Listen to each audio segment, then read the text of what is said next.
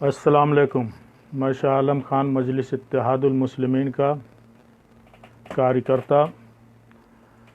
मैं आप लोगों के सामने कुछ दिनों के बाद लाइव आया हूँ। लाइव इसलिए आया हूँ कि आप लोगों को कुछ मैं बता सकूँ और आप लोगों को कुछ मैं समझा सकूँ, और आप लोग हमारी इन सभी बातों को कमेंट कीजिए। अगर अच्छा लगे तो शेयर कीजिए, लाइक कीजिए, और हमारी पार्टी मजलिस इत्तेहादुल मुस्लिमीन को कामयाबी और कामरानी की तरफ बढ़ाइए, ताकि आने वाले दिनों में एक सेकुलर पार्टी बन के हमारी पार्टी कामयाब हो, गरीबों का, मजलूमों का, देश की तरक्की के लिए हमारी पार्टी काम करे। हम हमारे सदर बैरिस्टर असदुद्दीन ओवैसी इसी पर अज़्म करते हैं, और उनका ये पैगाम है कि हमारा देश किस तरह से आगे बढ़े, हमारे देश की गरीबी, हमारे देश में भूखमरी, हमारे देश में बेरोज़गारी कैसे ख़त्म हो, और हमारे देश के बेरोज़गार गरीबों को कैसे रोज़गार मिले, भूखमरी कैसे दूर की जाए, देश को तरक्की पर ले जाने के लिए, देश की दुनिया में जो अलग थलग पड़ा हुआ है, उस दुनिया में सबसे कंधे से कंधा मिला के चलने वाला मुल्क हिंदुस्तान नंबर 1 कैसे बने, इसका अज़्म हमारे सदर बैरिस्टर असदुद्दीन ओवैसी साहब ने किया है। और देश में गरीबों को कैसे इंसाफ मिले।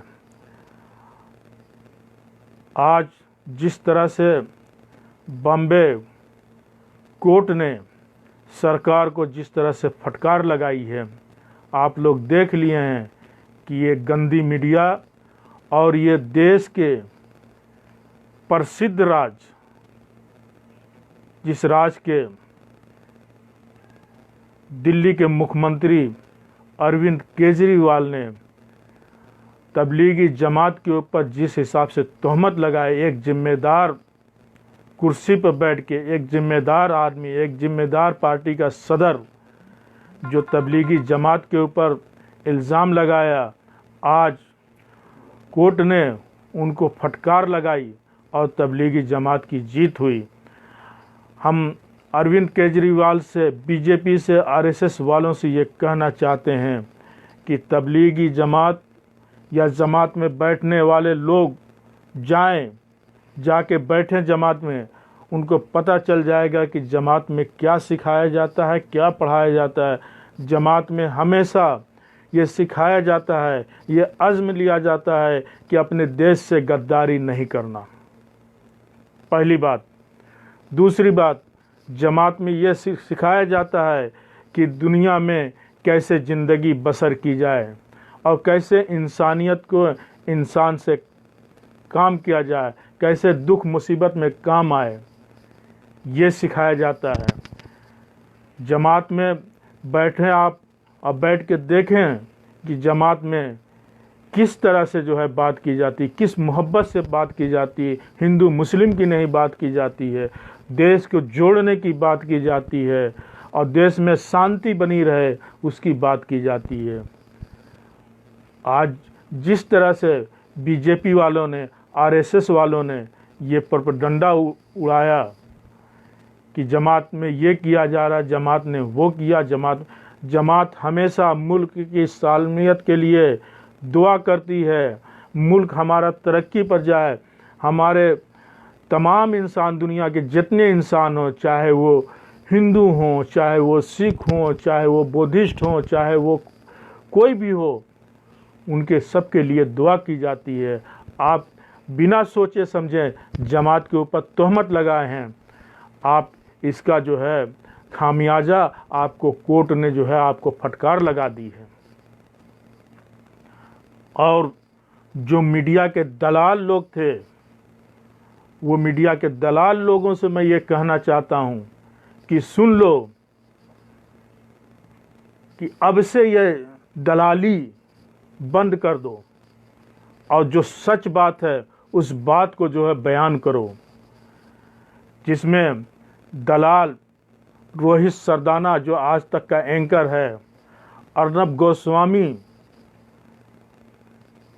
अमीश देवगन, रजत शर्मा, रूपका लियाकत, ये दोनों के ऊपर, ये सब के ऊपर FIR होना चाहिए, मानहानि का इनके ऊपर केस बुक होना चाहिए कि किसी भी जात, किसी भी धर्म को आपको कीचड़ उछालने का हक नहीं है।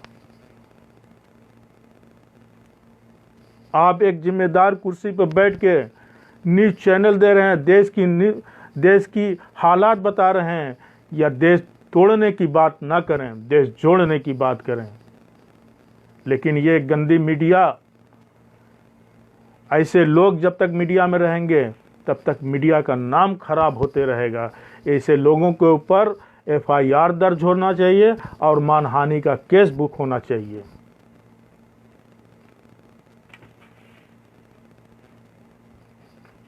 आज उत्तर प्रदेश के अंदर क्या हुआ आप लोग देख रहे हैं। आज उत्तर प्रदेश के अंदर जंगल राज है। आज उत्तर प्रदेश के अंदर कोई जो है सुरक्षित नहीं है। आज उत्तर प्रदेश के अंदर भूखमरी है। आज उत्तर प्रदेश के तमाम रोड टूटे हुए हैं।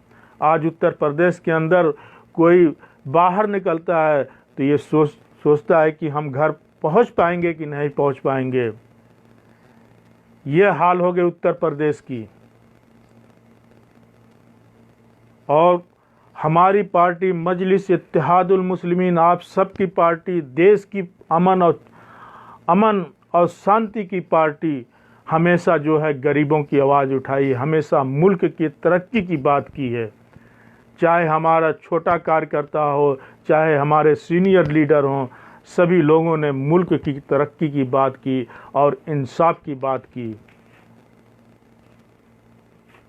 आप लोगों से ये दरख्वास्त करना चाहता हूँ, गुजारिश करना चाहता हूँ कि आने वाले इलेक्शन में, चाहे उत्तर प्रदेश के अंदर इलेक्शन हो, चाहे बिहार के अंदर इलेक्शन हो, चाहे दिल्ली के अंदर इलेक्शन हो, हर जगह मजलिस इत्तेहादुल मुस्लिमीन को कामयाब कीजिए। और देखिए आपका MP, आपका MLA, आपका चेयरमैन, आपका प्रधान, आपका महाप्रधान कैसे काम करते हैं, कैसे गरीबों के साथ देते हैं। आपके समझ में आ जाएगा कि अब तक देश को लूटने वालों ने बहुत देश लूटा, लेकिन अब हम देश लूटने नहीं देंगे। अब हम देश की एकता, अखंडता को कामयाब करेंगे। आज बीजेपी के लोग हिंदू मुस्लिम करके लड़ाते हैं और RSS भी उसमें शामिल है। RSS और बीजेपी मिलके जो ये देश में की अमन और शांति को दागदार किए हैं, इस अमन और शांति को अगर आपको बहाल करना है तो मजलिस इत्तेहादुल मुस्लिमीन को कामयाब करना पड़ेगा। बलिस्टर असदुद्दीन की बातों को जन जन तक पहुंचाना पड़ेगा। आज देख लीजिए, बड़े से बड़े डॉक्टर सेफ नहीं हैं और ख़ास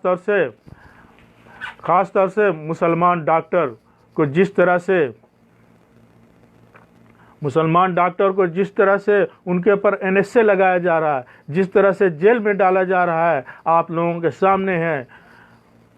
चाहे डॉक्टर कफील खान हो, चाहे डॉक्टर अयूब हों, पीस पार्टी के सदर डॉक्टर अयूब साहब हों, किस तरह से इनके ऊपर NSA लगाया गया कि ये हीट स्पीच कर दे रहे थे। अगर जनता को हम बताते हैं, जनता को हम समझाते हैं, विपक्ष समझाता है, तो उसको हीट स्पीच करा दे के उसके ऊपर NSA लगा दिया जाता है। क्या ऐसे देश चलेगा? अरे देश की जनता आपसे कुछ नहीं मांग रही है, बस एक चीज़ मांग रही है कि देश में अमन और शांति लाओ, देश में बेरोजगारी ख़त्म करो, देश में भूखमरी ख़त्म करो।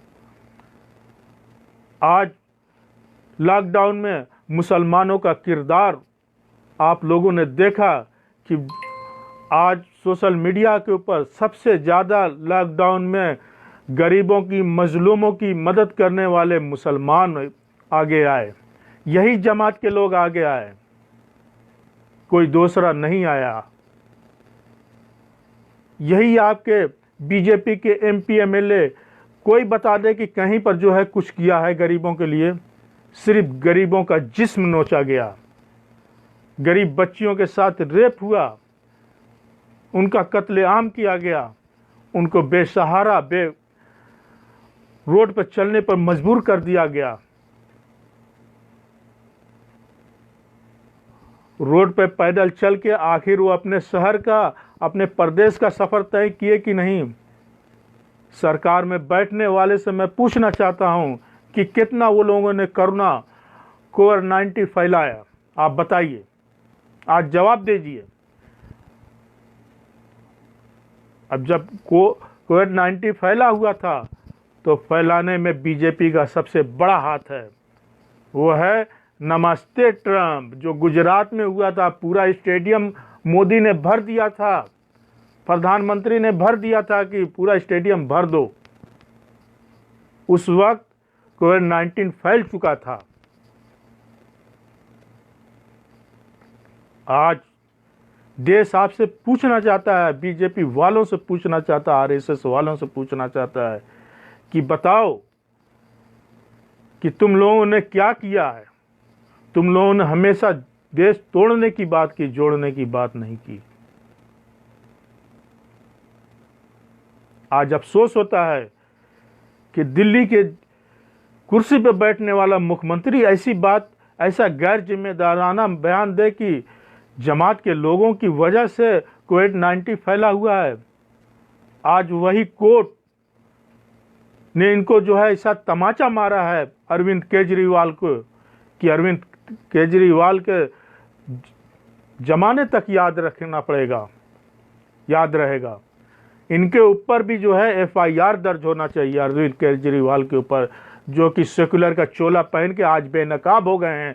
आज इनके भी जो है पैंट के नीचे आरएसएस की चड्डी है। ये भी आरएसएस की बोली बोलते हैं। दिल्ली में जिस तरह से अरविंद केजरीवाल ने फसाद करवाया, मुसलमानों को कत्लेआम करवाया, मुसलमानों की मस्जिदों को निस्मार किया गया, मुसलमानों की बहनों बेटियों की इज्जत लूटी गई, मुसलमानों का कत्लेआम किया गया। आज उसी मुसलमान भाइयों और बहनों के नाम एफआईआर बुक करके तुम उनके ऊपर केस बुक कर दिए दंगा कराने का। जिनकी इज्जतें लूटी गई, जिनके माल और धन लूटा गया, उन्हीं के ऊपर आपने केस किया। यह है अरविंद केजरीवाल का चोला, असली चोला। इनके ऊपर देश में अमन और शांति, नफरत फैलाने के ऊपर इनके ऊपर केस दर्ज होना चाहिए। इनके ऊपर मानहानि का भी केस होना चाहिए।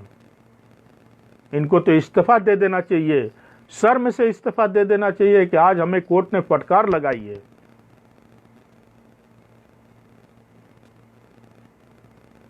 इस्लाम कभी नहीं सिखाता कि मुल्क से गद्दारी करो। इस्लाम हमेशा यही सिखाता है कि मुल्क से वफादारी करो, मुल्क की सलामती के लिए काम करो, मुल्क के अमन चैन के लिए काम करो, मुल्क में खुशहाली लाओ। कभी नहीं कहता कि मुल्क से गद्दारी करो। आज देश में जो हो रहा है वो आप लोग देख ले रहे हैं, और देश की जनता को फैसला करना है किसको सरकार में लियाना है और किसको सरकार में नहीं लियाना है। कौन हमारे बात कर रहा है, कौन हमारी बात नहीं कर रहा है। क्या आप फिर से वही सरकार लियाना चाहते हैं कि जो रोड पे चलते चलते मर जाए और देश के प्रधानमंत्री को फिक्र ना हो, देश की मुख्यमंत्री को फिक्र ना हो, गरीब जनता के बच्चे भूखे मारे जा रहे हैं? क्या आप फिर वही सरकार लियाना चाहते हैं?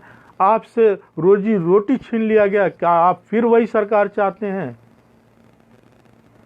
और मैं खास तौर से भक्तों से कहना चाहता हूं, भक्तों आंख खोल लो। आज अगर गरीब जनता रोजी रोटी के लिए परेशान हुई है, कल तुम परेशान होगे और तुमको ये बीजेपी वाले, आरएसएस वाले ऐसा निकाल के फेंकेंगे कि तुमको समझ में नहीं आएगा कि हमारे साथ हुआ तो हुआ क्या हुआ। इसलिए हमारी पार्टी मजलिस इत्तेहादुल मुस्लिमीन को कामयाब बनाइए और उनको ज़्यादा से ज़्यादा तादाद में कामयाब बनाइए। अपने क्षेत्र की को विकास को आगे बढ़ाइए। अपने क्षेत्र में एक दीनी और दुनियावी स्कूल का, मदरसे का बोलबाला कीजिए। अपने बच्चों को पढ़े लिखे बनाइए, अपने बच्चों को ग्रेजुएट करवाइए। उसके लिए हमारी पार्टी अज़म करती है कि हम जहाँ भी जीतेंगे, जिस जगह पर जीतेंगे, सबसे पहला हमारा काम होगा स्कूल और हॉस्पिटल और रोड का काम होगा। उसके बाद सारे काम होंगे। ये फैसला अब आप लोगों को करना है। आप लोगों को स्कूल खुलवाना है, हॉस्पिटल खुलवाना है, रोड बनवाना है कि लाइट की जो है सर्विस सही करवाना है। इसका फैसला आपको करना है।